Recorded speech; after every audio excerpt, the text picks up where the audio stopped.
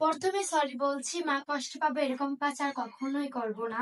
Hello everyone, আসসালামু আলাইকুম। Welcome to my new blog. আপনারা সবাই কেমন আছেন?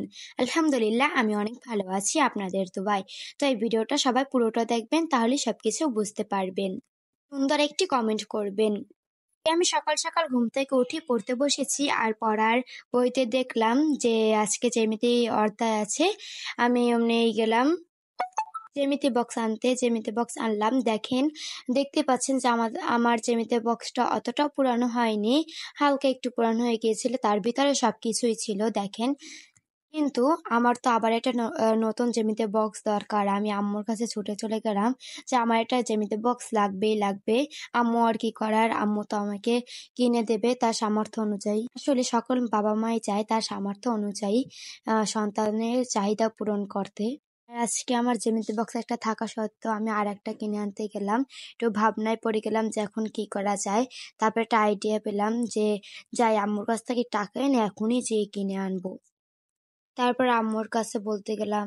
এখানে দেখেন আমি কিন্তু জ্যামিতি বক্স কিনতেও চলে এসেছি। জ্যামিতি বক্সগুলো এখন দেখছি যে কোনটা নেওয়া যায়। এর ভিতর থেকে একটা নিয়ে তারপর চলে আসলাম আবার বাসায়, হাঁটতে হাঁটতে চলে আসলাম।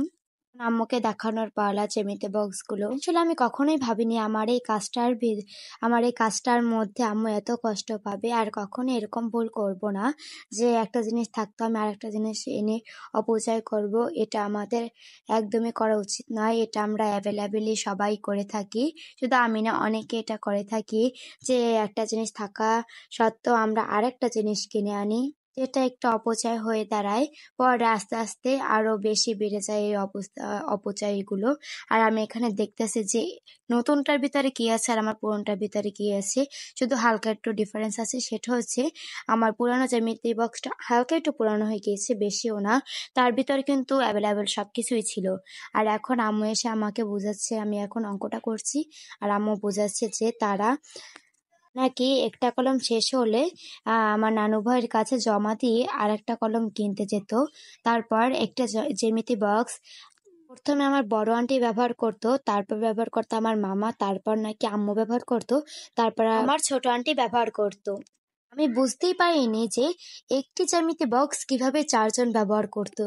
আর এখানে দেখি আমি তো আমার একটা জ্যামিতি বক্স থাকা দরকারও, মানে একটা জ্যামিতি বক্স আমার আছে কিন্তু আমি আরেকটা কিনে নিচ্ছি। আমার একটারই 2-3টা হয়ে গিয়েছে, আমার আরো জ্যামিতি বক্স ছিল। আসলে আম্মু আমাকে রাগ করে বলেনি, আম্মু আমাকে অনেক বুঝিয়ে শুনিয়ে বলেছে। তারপর একটু চলে গেল। আমার আবার মন খারাপ হয়ে গেল যে আম্মু এত অনেক কষ্ট পেয়েছে।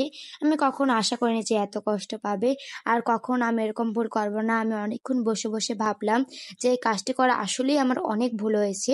আম্মু আমাকে আমার দেখে দেখে বলছে যে মানে কাটা কম্পাসও একটার ভিতরে কাটা কম্পাস আছে, অন্যটার ভিতরে কাটা কম্পাস আছে, প্রথমে আর সরি এটার ভিতরে বলছি, মা পার্থক্যটা কষ্ট কি। পাবে এরকম কাজ আর কখনোই করব না।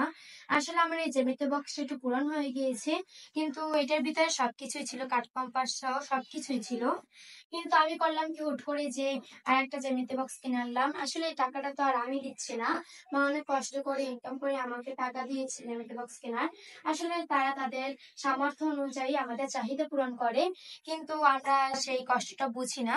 তারা অনেক কষ্ট করে টাকা ইনকাম করে, আমরা এই কষ্টটা বুঝি না। আমরা করি একটা থাকা সত্ত্বেও আর একটা কিনে আনি। এটা করা আমার কখনোই উচিত হয়নি। সবসময় যেন মায়ের কথা অনুযায়ী চলতে পারি। আমার জন্য সবাই দোয়া করবেন। আল্লাহ হাফেজ।